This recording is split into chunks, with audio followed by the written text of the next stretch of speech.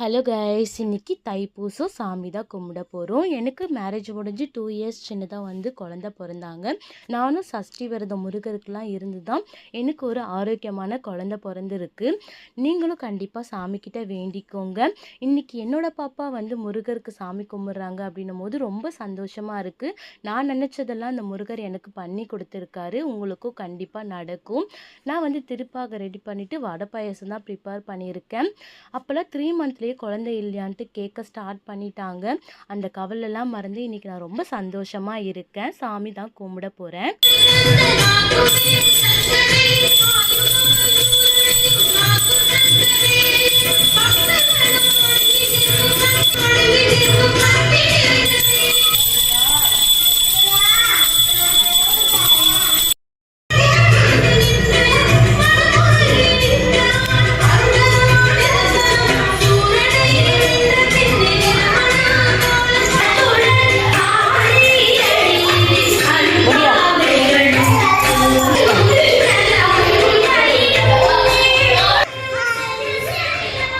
என்ன பண்ணோம்?